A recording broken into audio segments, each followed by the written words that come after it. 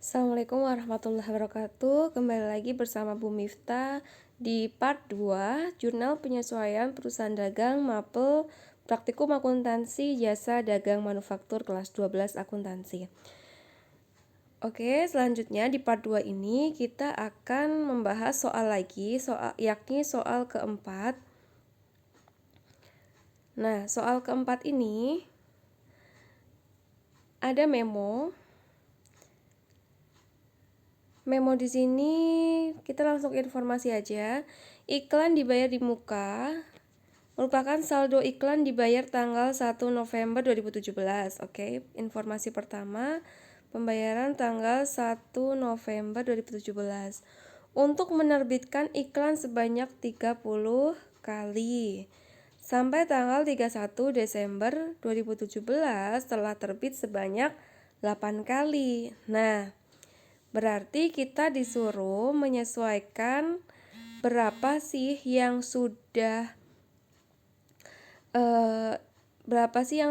berapa rupiah yang sudah tayang dan berapa rupiah yang belum tayang.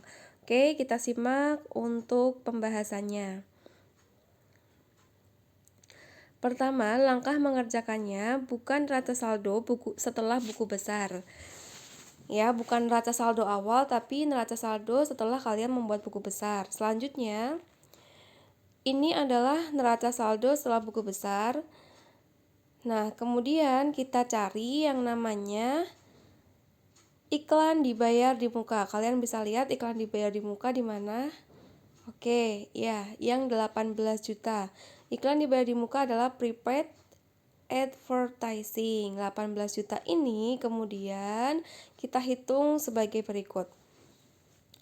Oke, BB adalah di sini BB iklan dibayar di muka. Buku besar iklan dibayar di muka. Di sini tertulis ya di neraca saldo 18 juta. Neraca saldo setelah buku besar tadi ya.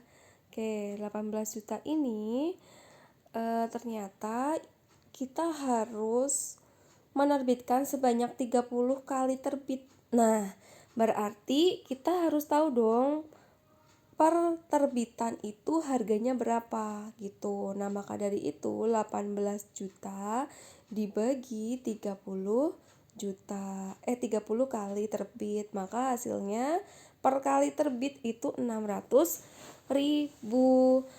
Nah, setelah tadi soalnya disebutkan bahwa sampai tanggal 31 Desember baru 8 kali terbit, maka dari itu 8 dikali 600.000, maka hasilnya 4.800.000 yang sudah menjadi beban.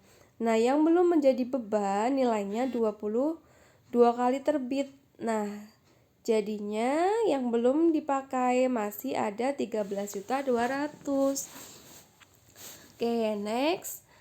Sehingga jurnalnya Tadi kan kita sudah ngitung. Yang kita hitung adalah yang sudah menjadi beban. Maka dari itu di sini bebannya bertambah, namanya beban iklan atau advertising expense senilai 4.800.000 di debit, kemudian mengurangi prepaid advertising, iklan dibayar di muka senilai 4.800.000 gitu ya. Selanjutnya soal nomor 5. Di sini informasinya adalah biaya listrik, air, dan telepon bulan Desember akan dibayar pada Januari. Kalau akan dibayar berarti pada saat Desember ini belum dibayar. Maka dari itu kita punya yang namanya utang. Utang apa? Utang listrik, air, dan telepon. Ini gampang banget ya. Bagaimana jurnalnya? Jurnalnya kita cek. Nah, seperti ini. Electricity, telepon, and water expense atau beban listrik, air, dan telepon sebesar 1.400.000. Ini nggak perlu dihitung, langsung aja diaplikasikan ke dalam jurnal. Kreditnya, karena tadi kita belum bayar, berarti utangnya bertambah. Utang bertambah di posisi kredit. Oke, jelas ya. Selanjutnya Soal nomor 6. Di sini ada informasi cadangan kerugian piutang atau CKP ditetapkan sebesar 0,05. 0,05 berarti sama dengan 5% dari piutang dagang di akhir periode akuntansi. Lakukan penyesuaian atas cadangan kerugian piutang tersebut. Oke, lanjut ya. Pembahasannya bagaimana cara mengerjakannya. Yang pertama, buka neraca saldo setelah buku besar. Nah, sebelum kalian masuk ke dalam neraca saldo, kalian harus ingat kembali mapel akuntansi keuangan bab cadangan kerugian piutang. Oke. Nah, di sini bisa diketahui neraca saldo kita tadi ada cadangan kerugian piutang dan piutang. Berarti di mana? Ya, account receivable yang 283.250.000 dan ada satu lagi yang akan kita gunakan, akunnya adalah allowance for doubtful debt. Artinya cadangan kerugian piutang yang mana? Ya, betul, yang 8.738.400. Ini yang akan kita gunakan untuk menghitung soal nomor 6 ini ya. Oke, bagaimana penghitungannya? Kita hitung seperti ini. Pertama, tadi di neraca saldo itu kan ada 283.250 untuk piutang dagang.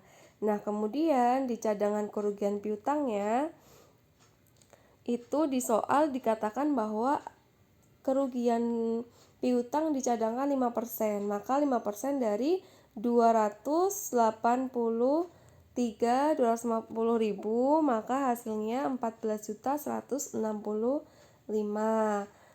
Nah, kalau cadangan kerugian piutang adalah akun kontra, maka dia ada di posisi kredit.